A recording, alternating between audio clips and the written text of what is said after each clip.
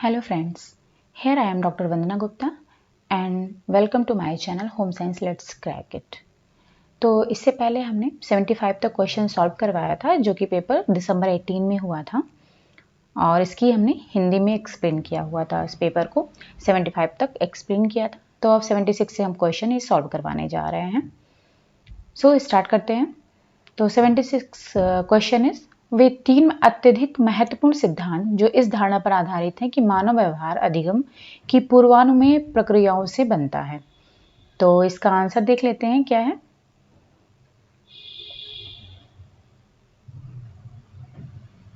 इसका आंसर है पहला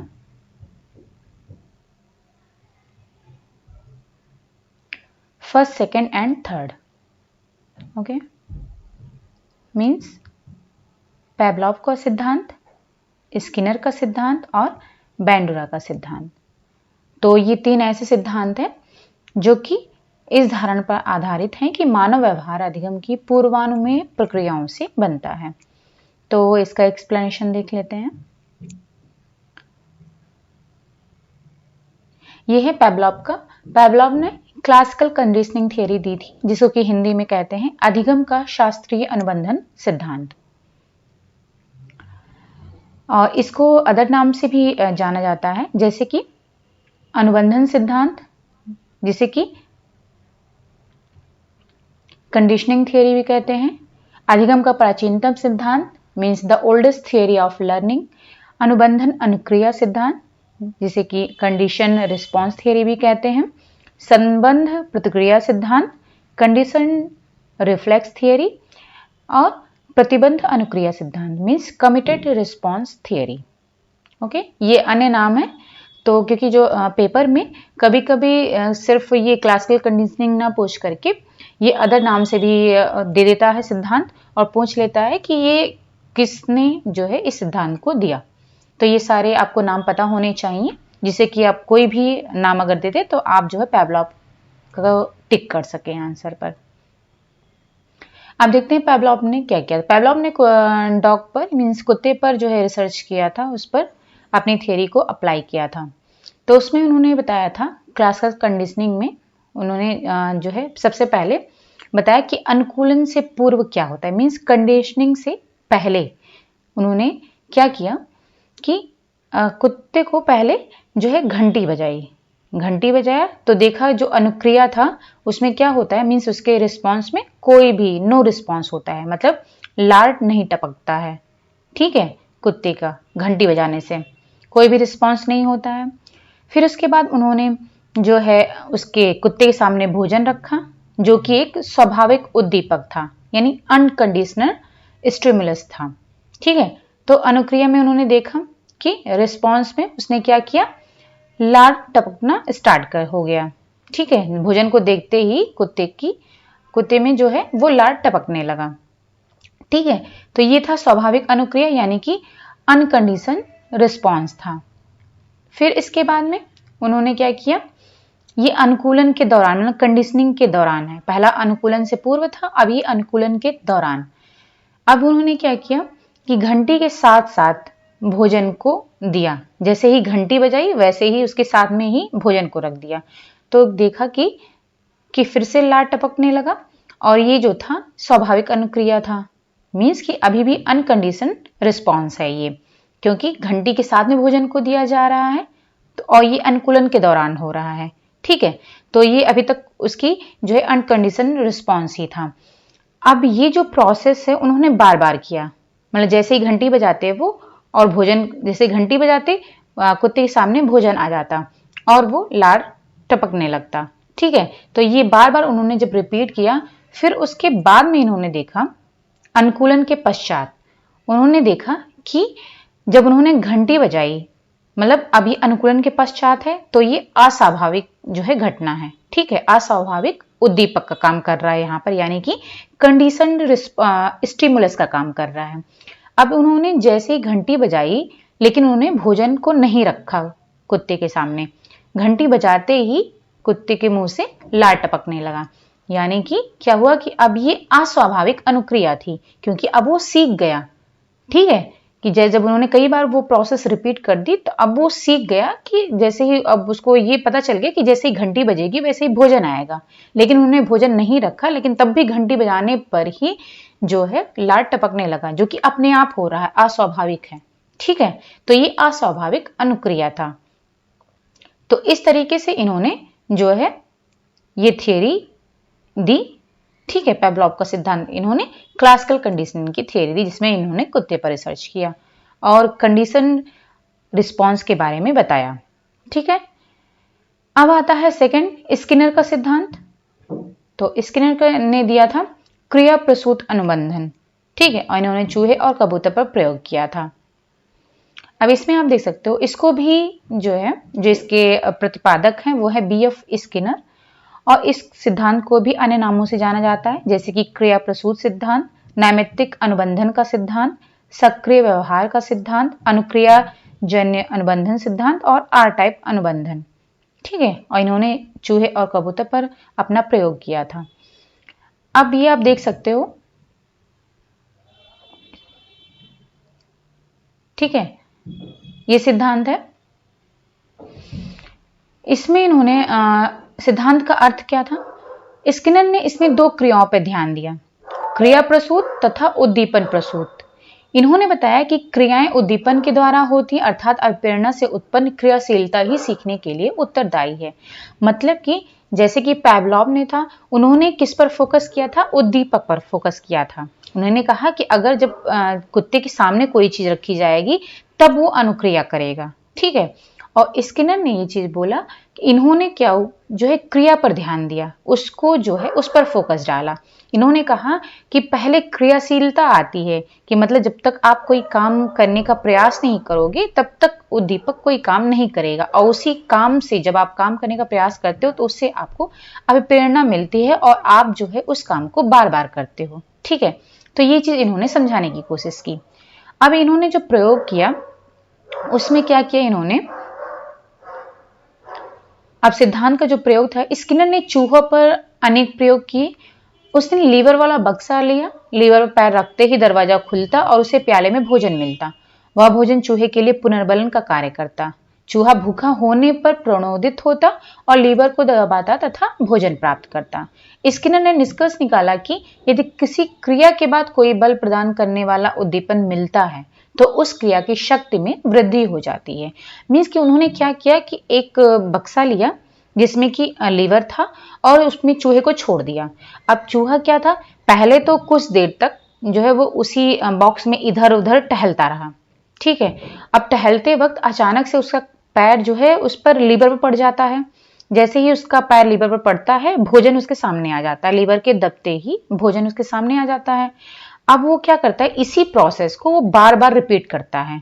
बार बार वो, अब क्या होता कि अब वो इधर उधर भटक नहीं रहा था बक्से में, बल्कि वो डायरेक्ट लीवर पर पैर रख रहा था, लीवर को दबाता और भोजन आ जाता, क्योंकि अब उसको जो है ये पता चल गया था कि जैसे ही उसका पैर लीवर पर पड़ेगा उसको भोजन मिल जाएगा।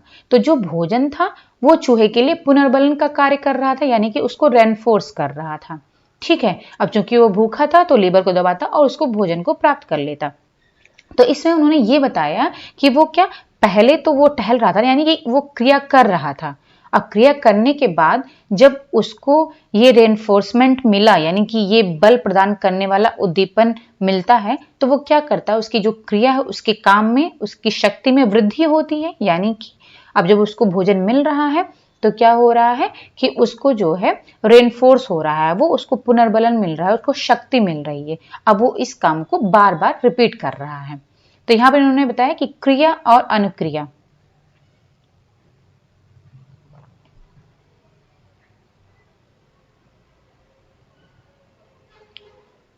ठीक है, एक मिनट, सॉरी।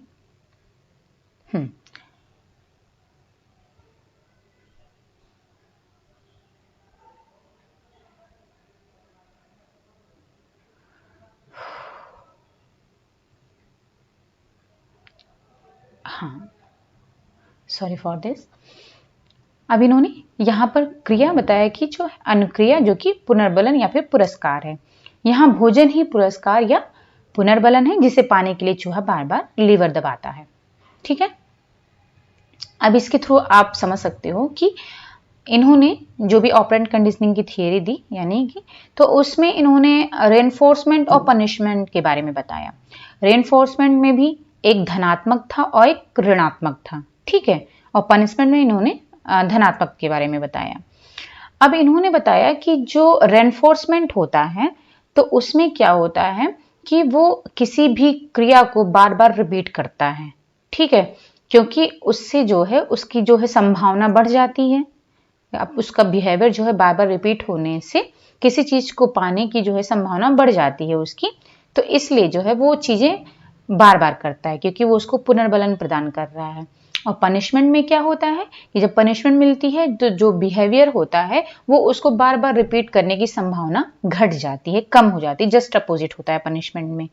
अब इन्होंने जो अभी यहाँ पर ये फूड वाला एग्जाम्पल हमने दिया था कि लीवर प्रेस करते इसको फूड मिल रहा था, तो इसमें क्या हो रहा था कि कुछ चूहे को दिया जा रहा, something given to the mouse, ठीक है, कुछ उसको मिल रहा था, इसलिए वो बार बार रिपीट कर रहा था अपने बिहेवियर को।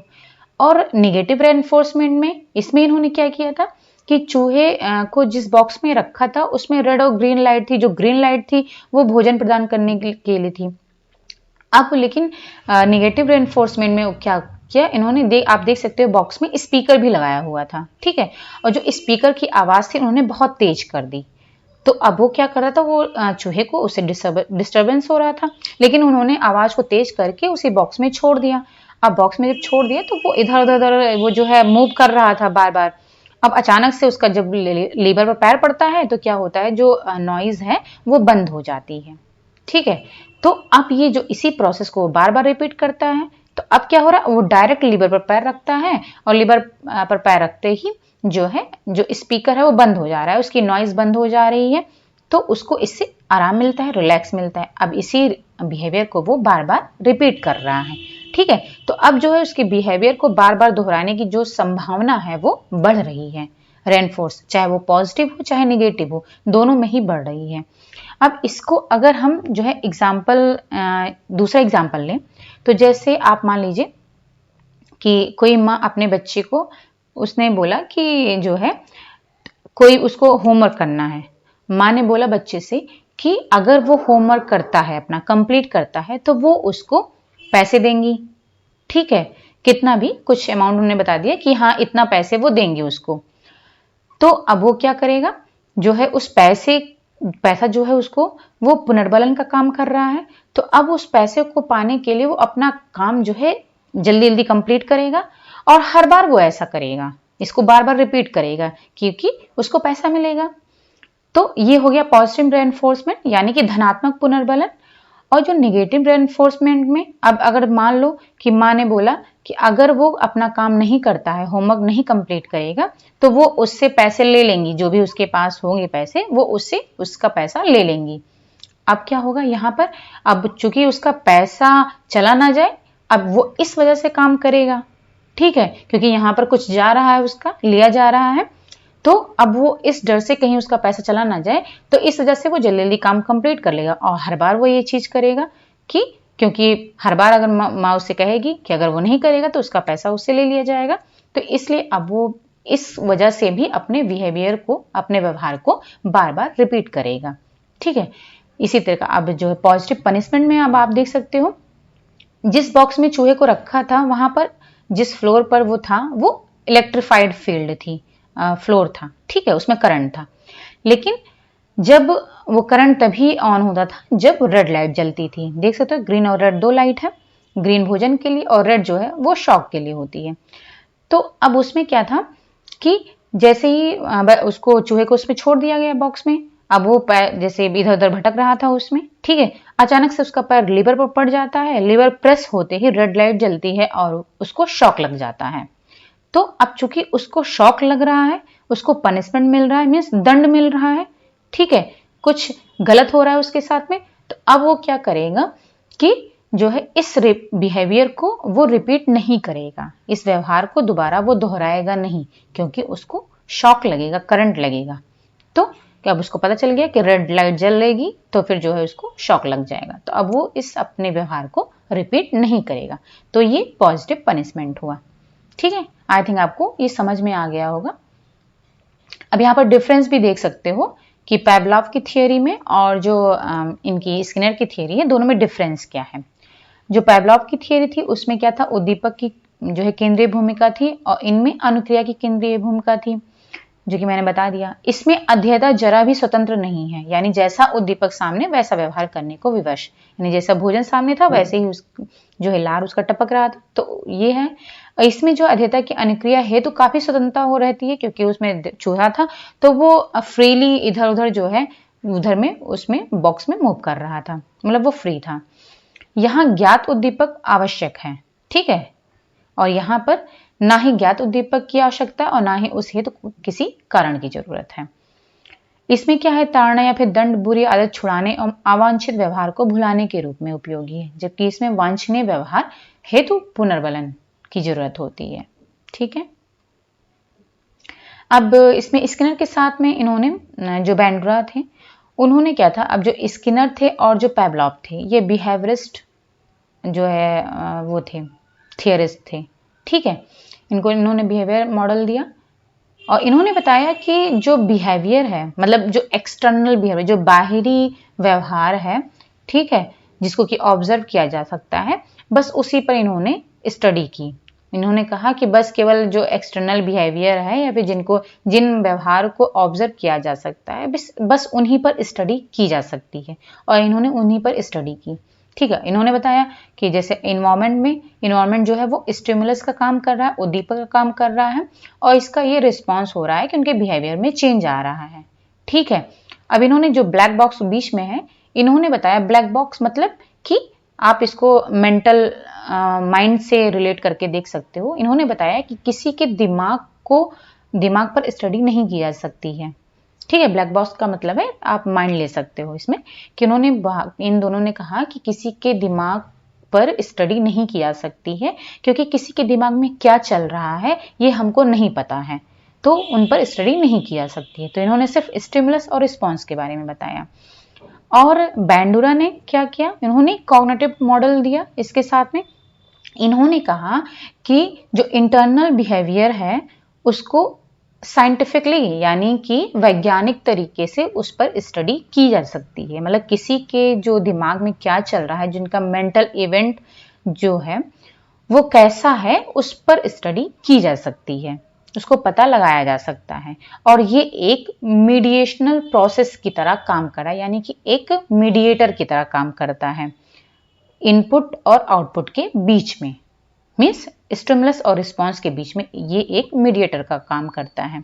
ठीक है। अब जो बैंडुरा ने दिया था सोशल लर्निंग थियरी दी थी, जिसको कि हिंदी में बोलते हैं सामाजिक अधिगम सिद्धांत। ठीक है। तो इसको मैं थोड़ा सा बड़ा करके दिखा देती हूँ आपको। ठीक है। इस प्रयोग में बैंडुरा ने बच्चों को 5 मिनट की फिल्म दिखाई। अब इन्होंने जो एक्सपेरिमेंट किया था वो हम बताने जा रहे हैं। इसमें उन्होंने 5 मिनट की फिल्म दिखाई बच्चों को। फिल्म में एक कमरे में बहुत से खिलौने रखे थे। उन खिलौनों में एक बॉबी डॉल यानी कि बड़ा गुड्डा रखा था। एक बालक कमरे में प्रवेश करता है और खिलौनों के प्रति क्रोध प्रकट करता है, और एक खिलौने के प्रति आक्रामक हो जाता है। यहां तक का भाग सभी बालकों को दिखाया गया। उसके बाद बालकों को 3 समूहों में बांट दिया गया। पहले समूह को उसके आगे की फिल्म दिखाई गई, जिसमें उस बालक को क्रोध के लिए दंडित किया गया था। ठीक है। तो पहले समूह को, मतलब समूह अलग अलग बांट दिया गया। जो पहला समूह था उसको सिर्फ वहीं तक जो फिल्म दिखाई गई जहां पर उसको जो है दंड दिया जा रहा था बालक के क्रोध के लिए। दूसरे समूह को उसके आगे की फिल्म दिखाई गई, जिसमें कि क्रोध के बदले बालक को पुरस्कार दिया गया था, यहां तक दिखाया गया। और तीसरे समूह को दिखाया गया कि उस बालक को ना ही दंड दिया गया और ना ही पुरस्कार दिया गया। तो फिल्म दिखाने के बाद सभी बच्चों को खिलौनों के साथ एक कक्ष में बैठाया गया और उसका निरीक्षण किया गया। तो पाया कि जिन बच्चों ने खिलौनों के प्रति आक्रामक व्यवहार के प्रति पुरस्कार वाली फिल्म देखी, उन बच्चों ने खिलौनों के प्रति आक्रामकता दिखाई, क्योंकि उन्हें ये चीज लगा कि अगर हम उस खिलौने के प्रति क्रोध प्रकट करेंगे तो हमको पुरस्कार मिलेगा। तो उन बच्चों ने खिलौनों के प्रति आक्रामकता दिखाई, और जिन्होंने दंडित करने वाली फिल्म देखी उन्होंने कम आक्रामकता दिखाई। अब जिनको लगा कि अगर हम ऐसा करेंगे तो हमको दंड मिलेगा, तो उन्होंने क्रोध कम दिखाया। ठीक है, तो ये इन्होंने जो सामाजिक अधिगम सिद्धांत इन्होंने दिया था और ये प्रयोग किया था बच्चों पर। ठीक है, बॉर्बी डॉल पर इन्होंने प्रयोग किया था। ठीक है, तो इसमें ये पता चलता है कि क्या करते हैं जो बच्चे होते हैं वो अनुकरण करते हैं, मतलब जैसा आप उनको दिखाओगे वैसे ही उस तरीके से वो उसको अनुकरण करके वो सीखते हैं। ठीक है, अब इन्होंने जो है 4 चरण भी बताए थे। पहला अवधान, दूसरा धारणा, पुनः प्रस्तुतिकरण और पुनर्बल। अवधान में इसको इंग्लिश में अटेंशन भी बोलते हैं। इसमें क्या होता है, निरीक्षणकर्ता का ध्यान अपनी ओर आकर्षित करने के लिए मॉडल आकर्षक, लोकप्रिय, रोचक व सफल होना चाहिए, तभी आप किसी पर अपना ध्यान केंद्रित करोगे। ठीक है, फिर धारणा, अटेंशन के बाद में आता है रिटेंशन, जिसमें कि व्यक्ति व्यवहारों को अपने मस्तिष्क में प्रतिमान के रूप में, वास्तविक वर्णन के रूप में ग्रहण कर लेता है। रिटेंशन मीन्स कि आप उसको अपने जो है माइंड में एक तरीके से ग्रहण कर लेते हो। ठीक है, रिटेन कर लेते हो। फिर आता है पुनः प्रस्तुतिकरण, यानी उसको जो है पुनः से उसको आप प्रस्तुत करते हो। ठीक है, जो भी आपने अब रिटेन किया हुआ है उसको आप प्रस्तुत करोगे, जिसको हम ध्यान से देखकर धारण करते हैं और धारण करने के बाद उन्हें पुनः प्रस्तुतिकरण करेंगे। ठीक है, मतलब जिन पर हम बहुत ध्यान ध्यान देते हैं और उसको ध्यान से देख करके धारण करते हैं, उनको जो है हम पुनः से प्रस्तुत करते हैं। ठीक है, फिर यहाँ पर आ गया पुनर्बलन, चौथा है, जहां सकारात्मक पुनर्बलन मिलने पर हम उस कार्य को दोबारा करेंगे और नकारात्मक पुनर्बलन मिलने पर हम उस व्यवहार को दोबारा नहीं करेंगे। जैसा कि आप अभी उन्होंने बताया था, स्किनर ने भी बताया है कि अगर आपको पॉजिटिव रेनफोर्समेंट मिलता है तब आप उस कार्य को बार बार रिपीट करते हो, लेकिन अगर आपको नेगेटिव पनिशमेंट मिलती है देन आप उस काम को दोबारा नहीं करते हो। ये आप इंग्लिश में भी देख सकते हो। Attention, retention, then motor reproduction and motivational process. ठीक है, और उसमें एक जुंग की भी थियरी है, तो उसके बारे में थोड़ा सा बता देती हूँ कि जो जुंग ने, इनको आप युंग भी बोल सकते हो, इन्होंने पर्सनालिटी के बारे में बताया था, इसका वर्गीकरण दिया था। इन्होंने बताया था कि जो हमारी पर्सनालिटी होती है वो 2 टाइप की होती है, एक तो इंट्रोवर्ट होती है और एक्सट्रोवर्ट होती है। ठीक है, इंट्रोवर्ट में आता है विचार प्रधान आता है और भाव प्रधान आता है, यानी कि थिंकिंग टाइप आता है और फीलिंग टाइप आता है। और विचार प्रधान में भी 2 आता है, तर्क प्रधान और दिव्य दृष्टि प्रधान। इसी तरीके से भाव प्रधान में भी 2 आता है, तर्क प्रधान और दिव्य दृष्टि प्रधान, यानी कि दोनों वही हैं। बहिर्मुख में भी वही होता है, वही दोनों होते हैं, विचार प्रधान और भाव प्रधान होता है। और वैसे ही इसमें भी 2 तरीके से होते हैं, तर्क, दिव्य दृष्टि, तर्क और दिव्य दृष्टि। तो इन्होंने एक्सट्रोवर्ट और इंट्रोवर्ट के बारे में बताया। अब एक्सट्रोवर्ट का मतलब आप जानते हो, एक्सट्रोवर्ट का मतलब है ऐसे लोग जो कि अपनी जो थिंकिंग है, जो थॉट्स हैं, उनके जो विचार हैं, उनकी जो फीलिंग्स है, उन सबको जो है दूसरों के साथ शेयर करते हैं। उनको शेयर करने में कोई प्रॉब्लम नहीं होती है, वो शेयर करते हैं, उससे उनको रिलैक्स मिलता है। ठीक है, और वो अच्छी तरीके से दूसरों से समाज में बहुत अच्छे तरीके से घुल मिल जाते हैं, बहुत जल्दी वो कांटेक्ट बना लेते हैं, बातें कर लेते हैं। ठीक है, अपने भाव को प्रकट कर लेते हैं, अपने विचारों को प्रकट कर लेते हैं, उनके साथ घुल मिल जाते हैं। तो इस तरीके से जो है वो बहुत अच्छे तरीके से समाज में मैनेज कर लेते हैं। बट इनके अंदर जो प्रोडक्टिव क्वालिटी होती है, मतलब क्रिएटिविटी, वो कम होती है। और जो इंट्रोवर्ट होते हैं, अंतर्मुखी होते हैं, उनमें क्या होता है, ये अपने विचारों को, अपनी भावनाओं को दूसरे के साथ शेयर नहीं कर पाते हैं। ठीक है, ये थोड़े से लज्जाशील होते हैं, यानी कि इनको बहुत ये शर्मीले होते हैं, ये किसी के साथ अपनी बातों को शेयर नहीं कर पाते हैं, ये खुद से ही। और ये अपने विचारों को, अपनी भावनाओं को आर्ट के माध्यम से, फिगर के माध्यम से या राइटिंग के माध्यम से एक्सप्रेस करते हैं, क्योंकि ये दूसरों के साथ शेयर नहीं कर पाते हैं। तो वो इस तरीके से अपने विचारों और भावनाओं को एक्सप्रेस करते हैं, लिख करके या फिर जो है उसको ड्रॉ करके, इस तरीके से करते हैं। तो जो ऐसे इंट्रोवर्ट लोग होते हैं वो आर्टिस्ट होते हैं। ठीक है, और ये बहुत ही प्रोडक्टिव होते हैं और ये क्रिएटिव होते हैं। ठीक है, तो अब आते हैं नेक्स्ट क्वेश्चन पर। तो यहाँ पर हमने बता दिया पावलोव के बारे में, स्किनर के बारे में, बेंड्रा के बारे में और जुंग के सिद्धांत के भी बारे में बता दिया है। ठीक है, अब है 77 क्वेश्चन।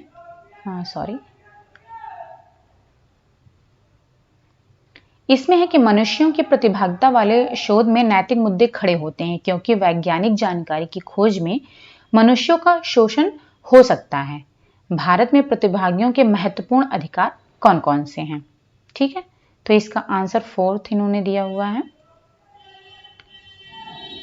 ये है 2nd, 3rd and 4th।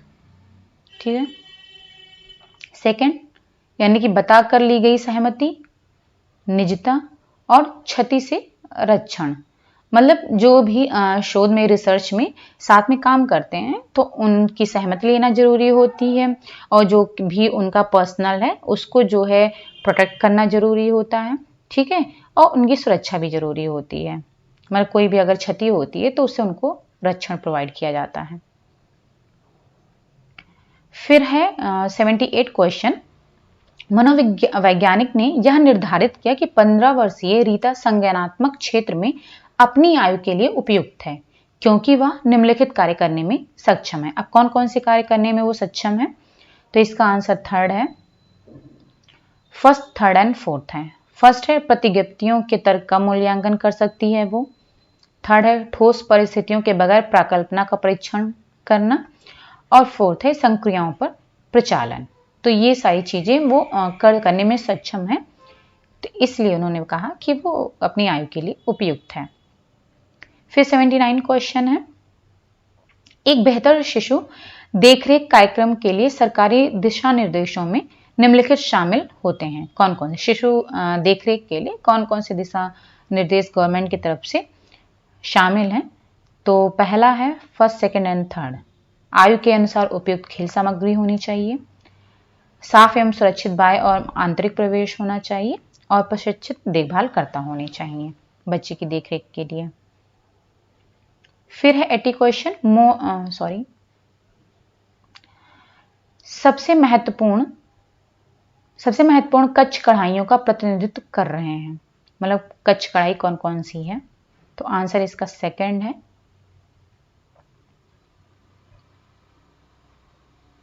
1st, 3rd और 5th एंड 6th। मोची, राबरी, आहेर और कनबी। ठीक है, ये कच्छ कढ़ाइयाँ हैं, तो इसके बारे में मैं थोड़ा सा बता देती हूँ। ये आप देख सकते हो, डिफरेंट टाइप्स ऑफ एम्ब्रॉयडरीज हैं। ठीक है, इसके अंदर कौन कौन सी हैं? राबरी एम्ब्रॉयडरी, जट एम्ब्रॉयडरी, हरिजन एम्ब्रॉयडरी, मुतवा, आहेर, आरी और कच्ची भारत। कच्छ को कच्ची भारत भी बोलते हैं। तो ये है राबरी भारत। ठीक है, अब इसमें जो मोटिव होता है, मतलब जो डिज़ाइन का यूज़ होता है वो क्या होता है? पनियारी का, या फिर जो मैंगो लीव्स पत्तियां होती हैं उनका, बिच्छू का, ऊंट का, हाथी और जो है पेड़, और या फिर टेम्पल्स का मतलब मंदिर, कोकोनट, पैरट्स तोते, तो ये सब डिज़ाइंस इसमें होती हैं। आप इसमें देख भी सकते हो, यहाँ पर देखो ये तोता है, ये यहाँ पर कैमल है और यहाँ पर भी ये तोता है और ठीक, ये हाथी है। ठीक है, तो इस तरीके से जो राबरी भारत होती है उसमें इसका यूज़ किया जाता है, ये डिज़ाइंस होती हैं। और इसमें जो स्टिच का यूज़ किया जाता है वो चेन स्टिच होती है, कॉर्डिंग होती है और ट्रिमिंग का मतलब है इसमें मिरर्स का यानी शीशे का और बटन का यूज़ किया जाता है। आप देख सकते हो ये शीशे लगे हुए हैं, ठीक है, और बटन्स का यूज़ किया जाता है, ये आप देख सकते हो। ठीक है, फिर आता है अहिर भारत। अब अहिर भारत में टूल्स कौन कौन से यूज़ किए जाते हैं? इसमें फैब्रिक रहता है, चॉक रहता है, स्टेंसिल रहता है, सिल्क या फिर कॉटन का वो धागा होता है, निडल होती है, अबला का मतलब है मिरर यानी कि शीशे का यूज किया जाता है। इसमें जो मोटिफ होते हैं क्या क्या होते हैं? पीकॉक मोर होते हैं, फूल्स होते हैं, बिच्छू, हाथी, मिल्क मेड्स मतलब जो दूध दूहने वाली औरतें होती हैं उनका होता है, तोते, मतलब ये सब सारी डिज़ाइनें उनमें होती हैं। और इसमें क्या और इसमें क्या होता है, इसमें सिर्फ जो है ओनली राउंड अवलाज आर यूज, मतलब जो गोल शीशे होते हैं उन्हीं का यूज़ किया जाता है। और इसमें सकली और वन्ना, ये हेरिंग बोन स्टिच होते हैं, इनका यूज़ किया जाता है इसमें। अब आता है आर्य भारत। आर्य भारत जो ये 12th सेंचुरी से जो है चल रहा है, और ऋग्वेद में इसके बारे में मेंशन किया गया है। और ये जो है जो मुगल काल में ये बहुत ही अधिक प्रचलित हुआ था। इसमें क्या होता है, जिनका जो मोटिफ होता है, इसमें जो फ्लोरल पैटर्न होते हैं यानी कि फूल पत्तियां होती हैं, इसको आर्य भारत को मोची भारत भी कहते हैं।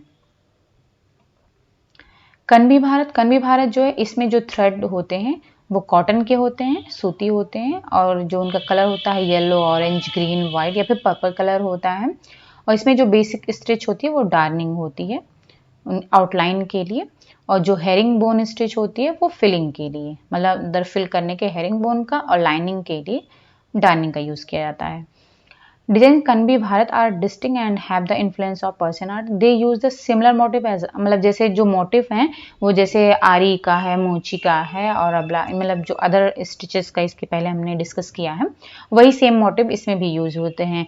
हाथी, तोता, फूल, पत्ती, यही सारी चीजें होती हैं। और जो स्पेसिफिक इन्होंने बताया है उसमें है सनफ्लावर का, सूरजमुखी का फूल है, केवड़ा है, और कैक्टस फूल जो होते हैं, तो इनका यूज किया जाता है डिजाइन के लिए। ठीक है, तो अब आते हैं नेक्स्ट क्वेश्चन पर। पता चल गया मोची, रबरी और अहिर और कनवी ये कैसे क्या क्या होते हैं।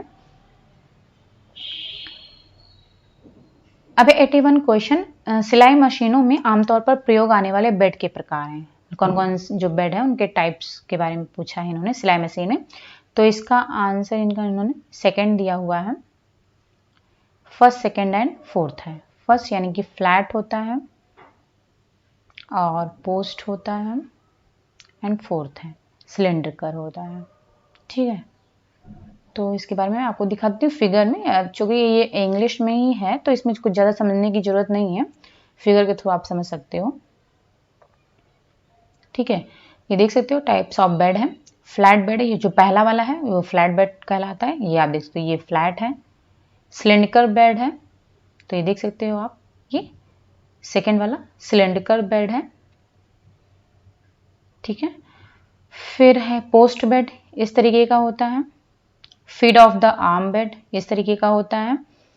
और जो साइड बेड है वो आप देख सकते हो 5th नंबर पर, ये साइड बेड है। और रेज्ड बेड इस तरीके का होता है। ठीक है, इसको भी आप और क्लियरली देख लोगे, ये देख सकते हो फिगर में, ये फ्लैट बेड है, cylinder bed, feed of the arm bed, post bed. इन्होंने एक्चुअली फिलहाल 3 ही नाम दिए हुए हैं, लेकिन हम यहाँ पर अब आपको और भी अदर नाम भी बता देती हूँ जो भी सिलाई मशीन में यूज़ किए जाते हैं। ठीक है, तो आप फिगर में देख सकते हो ये सारे हैं बेड के टाइप्स। अब आते हैं नेक्स्ट क्वेश्चन पर।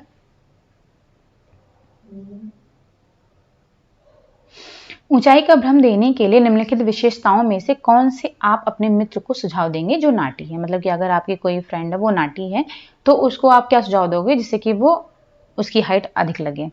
ठीक है, तो आंसर इन्होंने दिया है पहला, सेकेंड, थर्ड एंड फोर्थ। तो क्या करोगे, रंग का एकल स्तंभ, यानी कि जैसे कि आप जो ऊपर का है अपर एंड डाउन दोनों कपड़े जो है एक कलर का अगर आप यूज करते हो दोनों ऊपर नीचे, तो फिर जो है हाइट ज्यादा लगती है। थर्ड है नुकीले कॉलर का यूज करते हो, और फोर्थ है स्टोव पाइप पैंट है। तो ये मैं दिखा देती हूँ यहाँ पर कि ये किस टाइप का होता है। ठीक है, रंग का तो आप समझ गए एक ही कलर का होगा, और पॉइंट कॉलर, ठीक है, नुकीले कॉलर ये इस तरीके से होते हैं।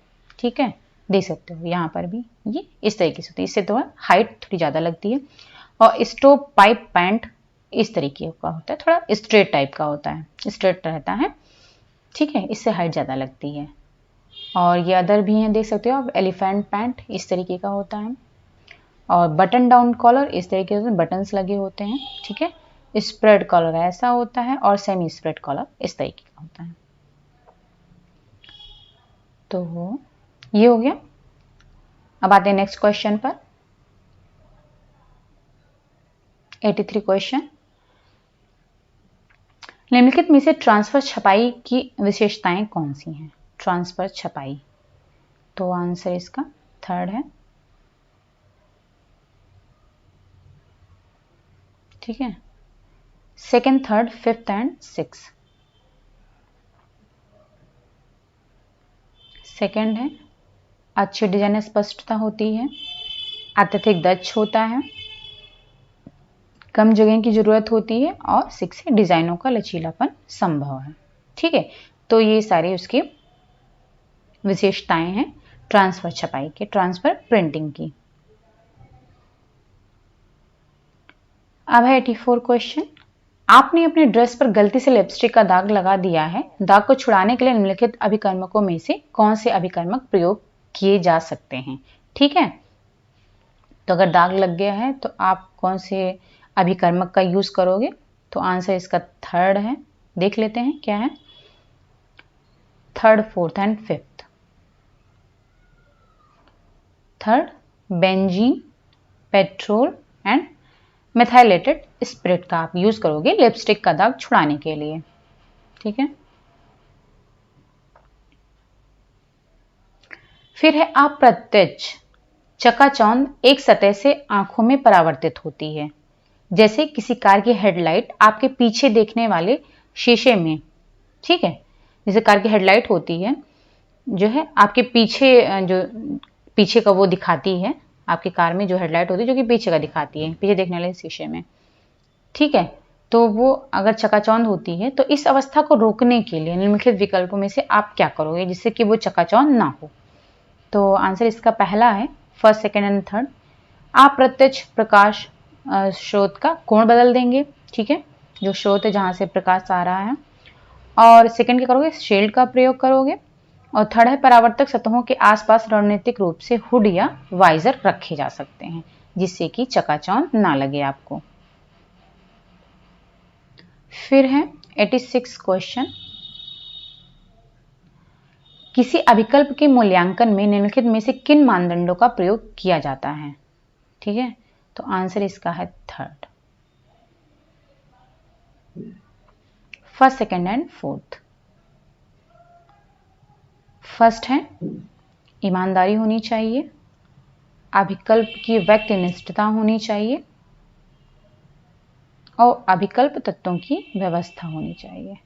यही था ना, फर्स्ट, सेकेंड एंड फोर्थ। हाँ, सही है। ठीक है, तो अभिकल्प के मूल्यांकन में ये मानदंड जो है होने चाहिए, इनका प्रयोग करना किया जाता है। ईमानदारी, अभिकल्प की व्यक्तिनिष्ठता और अभिकल्प तत्वों की व्यवस्था। फिर है यदि विनिर्माताओं को विद्यमान उत्पाद को आकर्षक और नए पैक में प्रस्तुत करते हुए उसके नए पैक में होने का विज्ञापन करना हो तो निम्नलिखित में से कौन से उपाय अपनाने होंगे? ठीक है,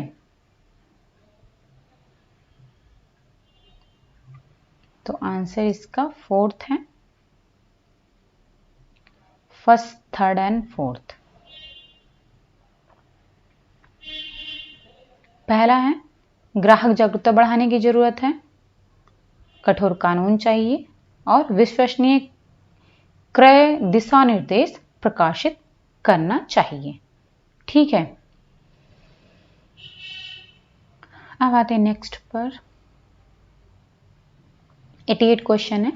यदि किसी परिवार में बच्चे की शिक्षा पर हुए आकस्मिक खर्च के कारण आर्थिक संकट आ गया हो तो वह परिवार उसके समाधान के लिए निम्नलिखित में से क्या कदम उठाएगा? संकट के समय क्या कदम उठाएगा पैसे के लिए वो? तो आंसर इसका फोर्थ है, सेकेंड, थर्ड एंड फोर्थ। देख लेते हैं। अतिरिक्त अंशकालिक आय, कहीं ना कहीं से वो अतिरिक्त पैसा कमाने की कोशिश करेगा, बजट बनाएगा और घरेलू सामान उत्पादित करेगा। ठीक है, मतलब घरेलू सामान का उत्पादन करके उसको सेल कर सकता है, उससे उसको जो है जो खर्च के लिए जो आर्थिक संकट आया है उसमें वो पैसे मिल सकते हैं, बजट बना करके काम कर सकता है और अतिरिक्त काम करके वो जो है पैसे कमा सकता है। फिर 89 क्वेश्चन। जब किसी भवन का घर बनाने के लिए निर्माण किया जाता है तो बाह्य संरचना के पूर्ण हो जाने से यह आवश्यक नहीं कि उद्देश्य पूरा हो गया हो। भवन में निम्नलिखित में से कौन सी सुविधाएं उसे घर बनाती हैं? कौन कौन सी सुविधाएं होनी चाहिए जिससे कि वो घर लगेगा? सॉरी, ठीक है, तो आंसर इसका सेकंड है, फर्स्ट, सेकंड एंड फोर्थ। दीवार की सज्जा होनी चाहिए, जलापूर्ति के साधन होने चाहिए और ताप नियंत्रक उपकरण, ये सारी चीजें घर में होनी चाहिए, तभी वो घर घर लगेगा। ये सुविधाएं होना जरूरी है। फिर 90 क्वेश्चन, संप्रेषण प्रक्रिया सदैव होती है। ठीक है, तो इसका आंसर फोर्थ है। देख लेते हैं कि फोर्थ क्या आंसर है। फर्स्ट, सेकंड एंड फिफ्थ है। फर्स्ट है सार्वभौमिक, प्रणालीबद्ध होती है और कार्यात्मक होती है, फंक्शनल होती है। ठीक है, सिस्टमैटिक होती है, फंक्शनल होती है और यूनिवर्सल होती है। फिर आते हैं नेक्स्ट पर 91 क्वेश्चन पर। बार्लो के संप्रेषण मॉडल के अनुसार किसी स्रोत के क्या क्या गुण हैं। ठीक है, तो इसका आंसर इन्होंने फोर्थ दिया हुआ है, first, third and fourth. First है संवाद कौशल होना चाहिए, नॉलेज होना चाहिए, ज्ञान होना चाहिए और व्यवहार मीन्स जो आपका बिहेवियर है वो भी अच्छा होना चाहिए। ये स्रोत के गुण हैं। फिर आ जाते हैं 92 क्वेश्चन पर। किसी समुदाय में स्व सहायता समूह यानी कि SHG का संचालन किया जा सकता है, किस समुदाय में। आंसर पहला है फर्स्ट, सेकंड एंड थर्ड। ग्राम पंचायतों द्वारा किया जा सकता है, बैंकों द्वारा किया जा सकता है और थर्ड है स्वयंसेवी संगठनों द्वारा किया जा सकता है। तो इसके बारे में थोड़ा सा जान लेते हैं कि जो सेल्फ हेल्प ग्रुप होता है जिसे कि SHG कहते हैं, स्वयं सहायता समूह, इसमें क्या होता है, इसके जो फाउंडर थे वो थे मोहम्मद यूनुस ने इसकी खोज की थी और ये 1975 में उन्होंने की थी।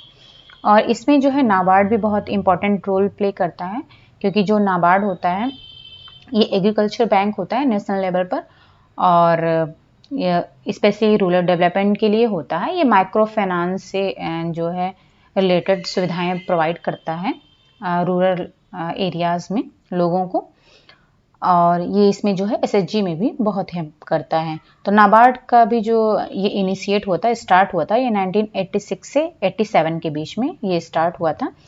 अब जो SHG में 10 से 20 लोग होते हैं जो कि स्पेशली रूरल गाँव से होते हैं, और इसमें जो है औरतें ही होती हैं जिनका जो सामाजिक और आर्थिक बैकग्राउंड है, ठीक है, वो सेम होता है।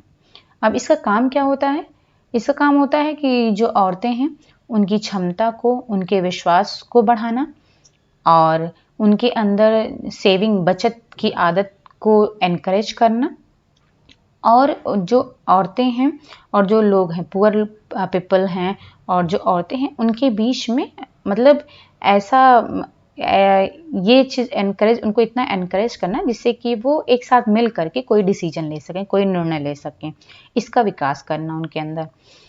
और उनके अंदर किसी भी मतलब ऐसा इतना डेवलपमेंट करना SHG के थ्रू, इसका जो फंक्शन है, तो उसमें ये है कि जो है कि जैसे कि जो औरतें हैं वो कोई भी छोटा बिजनेस स्टार्ट कर सकती हैं इसके थ्रू, और जब वो बिजनेस स्टार्ट करेंगी तो उससे उनकी इनकम भी होगी, तो वो अपने घर को आसानी से चला सकती हैं उस इनकम के थ्रू। और इसमें जो है वो लोन भी ले सकते हैं बैंक से। ठीक है, इसमें क्या होता है, जो इंटरेस्ट होता है वो भी बहुत कम होता है, बैंक के द्वारा इंटरेस्ट बहुत कम लगाया जाता है, लेकिन वो तभी लोन ले सकती हैं जब जो है जो उनकी सेविंग है, जो बचत है वो रेगुलर है, वो लगातार वो सेविंग उनकी चल रही है, तभी वो बैंक से लोन ले सकती हैं। तो इस तरीके से जो सेल्फ हेल्प ग्रुप है वो रूरल वुमेन को हेल्प करता है कि वो खुद से अपना कोई एम्प्लॉयमेंट, कोई बिजनेस स्टार्ट कर सकती हैं और अपनी इनकम कर सकती हैं वो। ठीक है, अब आते हैं 93 क्वेश्चन पर। किसी विस्तार शिक्षण कार्यक्रम के लिए क्षेत्र दौरा आयोजित करने के उद्देश्य हैं। कौन कौन से उद्देश्य हैं? First, second and fourth. पहला है कि आगंतुकों की रुचि जगाना, समस्याओं का पता लगाने में मदद और समुदाय के समूह नेताओं की पहचान करना। एक मिनट चेक कर लेते हैं, फर्स्ट, सेकंड एंड फोर्थ है, सॉरी ये गलत है। फर्स्ट, सेकेंड एंड फोर्थ, संबंधित परंपराओं की व्यवहार्यता देखना। तो किसी भी विस्तार शिक्षण कार्यक्रम है उसके लिए जो क्षेत्र दौरा आयोजित किया जाता है उसके ये उद्देश्य होते हैं। आगंतुकों की रुचि जगाना, उनमें इंटरेस्ट डेवलप करना होता है, और जो भी उनकी प्रॉब्लम्स है वो इसको पता लगाना होता है, और संबंधित परंपराओं की व्यवहार्यता देखना। ठीक है, ये चीजें होती हैं। फिर है 94 क्वेश्चन, श्रवण यानी कि सुनना निम्नलिखित सांस्कृतिक कारकों से प्रभावित होता है। किस किस चीज से वो प्रभावित होता है? तो आंसर इसका फोर्थ है, first, second and fourth, sorry first, third and fifth. First है भाषा से प्रभावित होता है, वक्ता की विश्वसनीयता से प्रभावित होता है, और गैर शाब्दिक व्यवहार से। ठीक है, इन सब चीजों से जो लिसनिंग होती है यानी कि सुनना जो है वो प्रभावित होता है, क्योंकि जिस तरीके का आप लैंग्वेज का यूज करोगे वो प्रभाव करता है आपकी जो भी लिसनर हैं। ठीक है, और आपका जो भी एटीट्यूड है, जो आपका बॉडी लैंग्वेज है, वो भी उनको प्रभावित करता है। फिर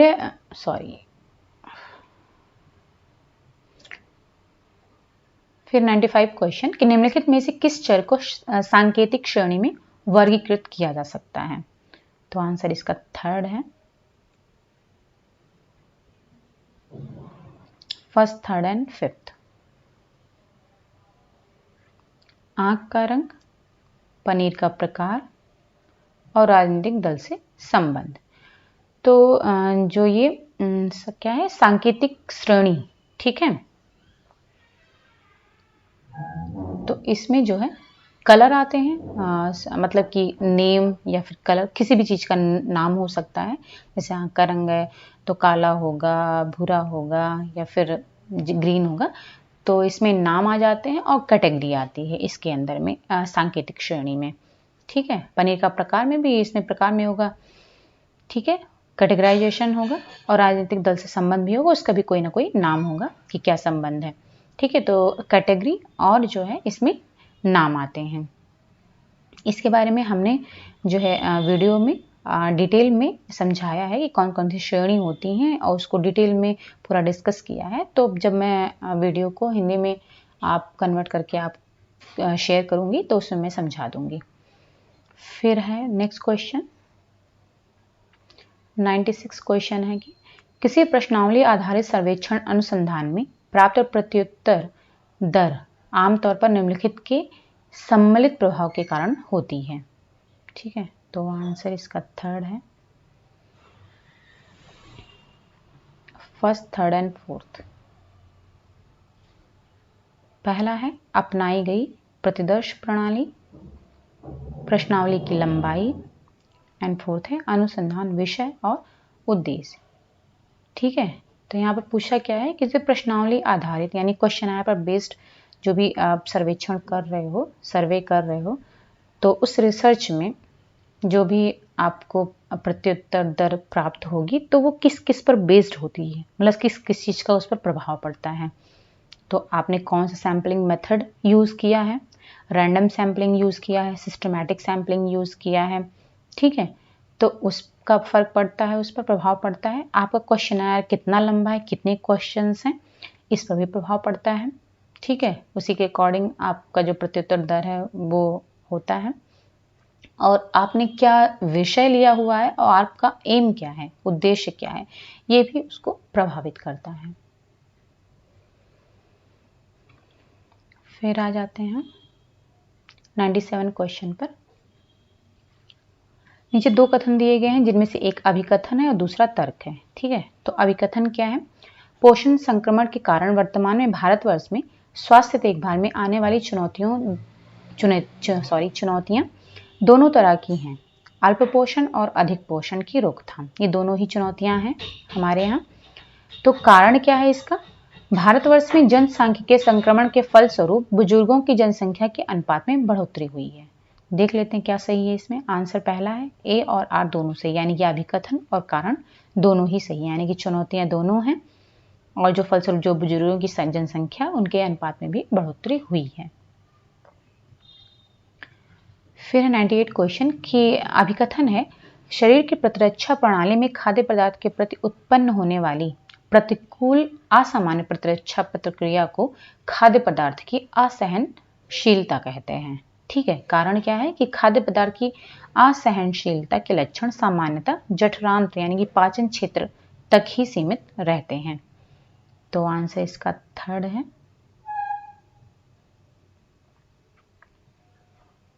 ए गलत है परंतु आर सही है, यानी कि अभिकथन गलत है लेकिन जो है कारण है इसका वो सही है।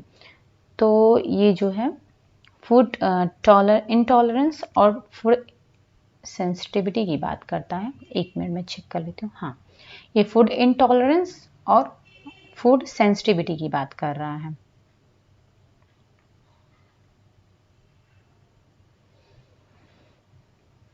फूड इंटॉलरेंस, ठीक है, जिसे कि खाद्य पदार्थ की असहनशीलता कह रहे हैं। ठीक है, तो यहाँ बता देती हूँ कि जो फूड इंटॉलरेंस और फूड सेंसिटिविटी फूड इंटॉलरेंस और फूड एलर्जी, ये क्या होता है, दोनों में डिफरेंस है। ठीक है, तो जो फूड इंटॉलरेंस होता है यानी कि खाद्य पदार्थ की जो असहनशीलता है, यहाँ कह रहे हैं कि शरीर की प्रतिरक्षा प्रणाली में खाद्य पदार्थ के प्रति उत्पन्न वाली जो प्रतिकूल असामान्य प्रतिरक्षा प्रक्रिया को खाद्य पदार्थ की असहनशीलता कहते हैं। तो यहाँ पर मैं सही बता देती हूँ कि इस फूड इंटॉलरेंस क्या होता है। इसमें क्या होता है, जब कोई भी व्यक्ति डाइजेस्ट करने में किसी भी पर्टिकुलर फूड का जो डाइजेशन वो नहीं कर पाता है, उसमें उसको प्रॉब्लम होती है, कठिनाई होती है डाइजेशन में, तब उसको फूड इंटॉलरेंस कहते हैं या फिर फूड सेंसिटिविटी कहते हैं। इसमें जो सिम्टम्स होते हैं उसमें क्या होता है, इंटेस्टाइनल गैस यानी कि जो आंत की गैस, वो गैस बनने लगती है, पेट में दर्द होता है और डायरिया हो सकता है। और इसमें जो है फूड इंटॉलरेंस में डाइजेस्टिव सिस्टम इन्वॉल्व होता है, यानी जो कारण यहाँ पर बताया गया है कि जठरांत्र क्षेत्र तक ही सीमित रहते हैं, तो ये सही है क्योंकि ये डाइजेस्टिव सिस्टम से रिलेटेड होता है, ना कि हमारे इम्यून सिस्टम से रिलेटेड होता है। ठीक है, जैसे कि लैक्टोज इंटॉलरेंस होता है, जो मिल्क में लैक्टोज पाया जाता है, ठीक है, लैक्टोज शुगर पाया जाता है, तो बहुत लोगों को उससे जो है प्रॉब्लम होती है, लेकिन तभी होती है। जो फूड इंटॉलरेंस है मतलब डोज रिलेटेड होता है। जो फूड इंटॉलरेंस है इसमें क्या, अगर आप किसी चीज़ का नॉर्मल डोज ले रहे हो, ठीक है, तब उससे आपको कोई भी प्रॉब्लम नहीं होगी, कोई भी अफेक्ट नहीं करेगा। लेकिन अगर आप उसी चीज़ की बहुत ज़्यादा डोज ले रहे हो, अधिक डोज ले रहे हो, तब वो अफेक्ट करता है और इसी चीज़ को फूड इंटॉलरेंस कहते हैं। ठीक है, तो और जो फूड एलर्जी होती है, अब इन्होंने जो पहला बताया तो उसमें इन्होंने कहा कि असमान प्रतिरक्षा प्रतिक्रिया। ठीक है, तो ये जो फूड एलर्जी होती है ये हमारी प्रतिरक्षा प्रतिक्रिया से संबंधित होती है, यानी कि हमारे इम्यून सिस्टम से रिलेटेड होता है उसमें। क्योंकि जो फूड एलर्जी में क्या होता है कि आप बहुत ही कम अमाउंट में अगर कोई फूड लेते हो, माइक्रोस्कोपिक अमाउंट अगर आप लेते हो किसी भी फूड का, तब भी आपको जो है सीरियस प्रॉब्लम हो सकती है, यहाँ तक कि लाइफ थ्रेटनिंग रिएक्शन हो सकते हैं, यानी कि बहुत ज़्यादा सीरियस हो सकता है प्रॉब्लम, जिसे कि एनाफाइलैक्सिस भी कहते हैं। ठीक है, ये फूड एलर्जी से होता है, जिसमें कि आप बहुत ही कम अमाउंट अगर लेते हो उससे भी आपको प्रॉब्लम हो सकती है। अब इसमें क्या होता है कि जब भी आप, जितनी भी बार आप उस फूड को लोगे, आपको एलर्जी होगी। ठीक है, तो इसमें क्या होता है, आप उस फूड को, जिस फूड से आपको एलर्जी है, उसको पूरी तरीके से अवॉइड करना होता है, मतलब आपको उसे बिल्कुल भी नहीं लेना होता है। फूड एलर्जी में ये होता है कि जब जिस फूड से आपको एलर्जी होती है उसको आपको अपने फूड से हटाना होता है। लेकिन जो फूड इंटॉलरेंस होता है उसमें आपको फूड को अपने जो है डाइट से हटाना नहीं होता है, बल्कि उसकी एक नॉर्मल डोज लेनी होती है, जो कि आपको प्रभावित नहीं करता है, बस उसकी अधिक डोज नहीं लेनी होती है। तो दोनों में ये डिफरेंस है। ठीक है, अब आते हैं नेक्स्ट क्वेश्चन पर। 99 क्वेश्चन है, अभिकथन है कि ग्वार की फली से ग्वारगम प्लाज्मा कोलेस्ट्रॉल को कम कर सकता है। कारण है कि जेल की श्यानता ग्लूकोज के अवशोषण बढ़ाने में मदद करती है। तो आंसर इसका सेकंड है, जो ए है वो सही है लेकिन आर गलत है, यानी कारण गलत है लेकिन अभिकथन सही है। मतलब जो ग्वार की फली है वो क्या है, प्लाज्मा कंट्रोल करने में प्लाज्मा कोलेस्ट्रॉल को कम करने में बहुत ही हेल्प करती है, बहुत ही मदद करती है। ठीक है, ये फायदेमंद होता है। और ये जो है एक डाइट्री सॉल्युबल फाइबर होता है। ग्वारगम जो है एक ये फाइबर है, ठीक, जो कि सॉल्युबल होता है और इससे जो है ये सीरम कोलेस्ट्रॉल को कम करता है, ट्राइग्लिसराइड को भी कम करता है और जो high density lipoprotein cholesterol level है, यानी कि जिसे कि हम गुड कोलेस्ट्रॉल बोलते हैं, HDL बोलते हैं, गुड कोलेस्ट्रॉल बोलते हैं, उसके लेवल को भी ये बढ़ाता है और जो ग्लाइसेमिक इंडिसेस है या फिर ओबेसिटी है उसको मैनेज करने में हेल्प करता है। यानी कि जो भी ग्लाइसेमिक इंडेक्स होता है, ठीक है, जिससे कि डायबिटीज़ होने के चांस बढ़ जाते हैं, तो उसको मैनेज करने में ये हेल्प करता है। तो इस तरीके से ये जो इन्होंने अभिकथन कहा है कि प्लाज्मा कोलेस्ट्रॉल कम कर सकता है, वो सही है। लेकिन जो इन्होंने कारण बताया कि जल की श्यानता ग्लूकोज के अवशोषण बढ़ाने में मदद करती है, ये गलत है। अब आते हैं 100 क्वेश्चन पर। अभिकथन है कि मेन्यू को खान-पान सेवा इकाई का एक विशिष्ट घटक माना जाता है। कारण है कि इसमें प्रणालीबद्ध योजना प्रक्रियाओं की आवश्यकता होती है जिनमें भोजन का सतत मूल्यांकन शामिल होता है। ठीक है, तो आंसर इसका देख लेते हैं। थर्ड है कि एक गलत है परंतु आर सही है। मतलब कि जो ये कह रहे हैं कि मेन्यू को खान-पान सेवा इकाई का एक विशिष्ट घटक है, इंग्लिश में इन्होंने ओनली लगाया हुआ है, तो ये ओनली नहीं होता है, और भी सारी चीज़ें होती हैं जो कि इंपॉर्टेंट होती हैं मेन्यू में। लेकिन जो ये इन्होंने बताया है कि कारण की प्रणालीबद्ध योजना प्रक्रियाओं की आवश्यकता होती है और सतत मूल्यांकन शामिल होता है, ये सही है। फिर आ जाते हैं कि अभिकथन है कि सभी पूर्व स्कूलगामी बच्चों को प्रतिदिन कम से कम 1 घंटे की कंप्यूटर साक्षरता दी जानी चाहिए। कारण है कि बाद के वर्षों में कंप्यूटर का शुरुआत में ज्ञान देने से मस्तिष्क का ज़्यादा विकास होता है। ठीक है, तो आंसर इसका फोर्थ है, AR दोनों गलत है। दोनों ही गलत है क्योंकि ऐसा नहीं है कि पूर्व स्कूलगामी बच्चों को प्रतिदिन कम से कम 1 घंटे कंप्यूटर साक्षरता दी जानी चाहिए, ये जरूरी नहीं है। और ऐसा भी नहीं है कि बाद में आने वाले समय में कंप्यूटर की जो शुरुआत में ज्ञान देने से मस्तिष्क का ज़्यादा विकास होगा, ये भी नहीं सही है। क्योंकि आप ऑफलाइन जो चीज़ें यूज़ करते हो, ठीक है, पेपर बुक्स का, पेपर पेंसिल का, अपने दिमाग, उसमें आपका दिमाग ज़्यादा लगता है, ठीक है। और कंप्यूटर पर क्या होता है कि आपको अपना दिमाग लगाना ज़्यादा नहीं पड़ता है। आपको कुछ नहीं आ रहा, आपने उस पर टाइप किया, तुरंत वो आ जाता है, कॉपी पेस्ट कर लिया, हो गया काम, ठीक है। लेकिन जब आप जो है कंप्यूटर का ना यूज़ करके आप बुक्स का यूज़ करते हो, यहाँ वहाँ से ढूंढते हो, उसको राइट डाउन करते हो, तो वो चीज़ें आपकी, जब आप उसको लिखते हो, उसको याद करते हो, उसको पढ़ते हो, देन आपको वो ज़्यादा समझ में आता है, ठीक है। तो इससे मस्तिष्क का जो आपका माइंड ज़्यादा डेवलप होता है, ठीक है। तो ये दोनों ही चीज़ें गलत हैं। फिर है 102 क्वेश्चन है कि अभिकथन है आरंभिक वर्षों में लंबी अवधि तक संस्थानीकरण झेलने वाले बच्चों में अधिकतम समस्याओं की संभावना अधिक होती है। कारण है कि कतिपय क्षमताओं के उभार के लिए पहले 6 वर्ष महत्वपूर्ण होते हैं और वंचना के नकारात्मक परिणाम होते हैं, ठीक है। तो आंसर इसका पहला ए और आर दोनों ही सही हैं। क्योंकि अगर बच्चे को बहुत अधिक समय तक इंस्टीट्यूशन में रखा जाता है तो उनकी जो अधिकतम समस्याएं हैं वो बढ़ जाती हैं, ठीक है। और जो शुरुआत के 6 वर्ष होते हैं वो बहुत ही महत्वपूर्ण होते हैं, जिसमें कि बच्चों का डेवलपमेंट होता है और मतलब विकास होता है, उनकी ग्रोथ होती है। तो वो वंचना के कारण जो उनमें नकारात्मक परिणाम आ जाते हैं।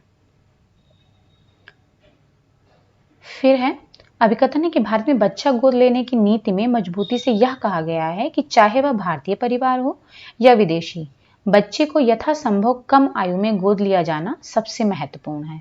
कारण इन्होंने बताया है कि कम आयु में गोद लिए जाने से बच्चे के विकास की बेहतर संभावना होती है। तो आंसर देख लेते हैं, ये थर्ड है, एक गलत है परंतु आर सही है।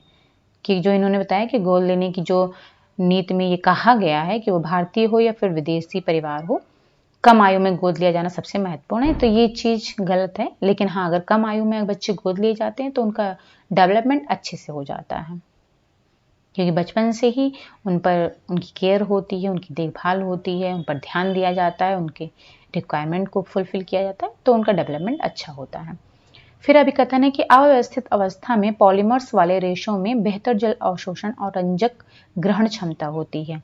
कारण है कि अव्यवस्थित अवस्था में पॉलीमर्स क्रमहीन ढंग से नियोजित होते हैं, ठीक है, जिससे रेशे ज़्यादा अवशोषक हो जाते हैं। तो इसका जो आंसर है वो पहला है, ए और आर दोनों सही हैं। ठीक है, दोनों ही सही हैं। अव्यस्थ अवस्था में जो पॉलीमर्स वाले रेशों में बेहतर जल अवशोषण और रंजक ग्रहण क्षमता होती है, ये भी सही है। और अव्यवस्थित अवस्था में पॉलीमर्स क्रमहीन ढंग से नियोजित होते हैं, जिसमें रेशे ज़्यादा अवशोषक हो जाते हैं, तो दोनों ही सही है। ठीक है, तो मैं यहीं तक आपको आज ये क्वेश्चन करा रही हूँ। ठीक है, और 105 से क्वेश्चन फिर मैं आगे फर्दर आपको कंटिन्यू करूँगी। ठीक है, तो अगर मैंने पूरी कोशिश की है कि आपको हिंदी में आपको मैटर भी प्रोवाइड कर सकूं और हिंदी में आपको अच्छे से अच्छे समझा सकूं।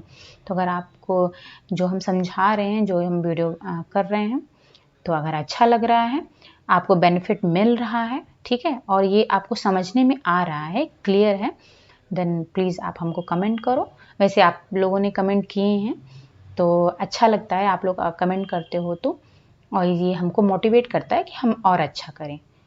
तो ऐसे ही कमेंट करते रहिए, मैसेज करते रहिए, और ज़्यादा से ज़्यादा लाइक करिए, अपने फ्रेंड्स के साथ शेयर करिए। अगर अभी तक अगर आपने डाउनलोड नहीं सब्सक्राइब नहीं किया है हमारे चैनल को, तो हमारे चैनल को सब्सक्राइब करिए और अपने फ्रेंड्स के साथ शेयर करिए, जिससे कि उनको भी बेनिफिट मिल सके।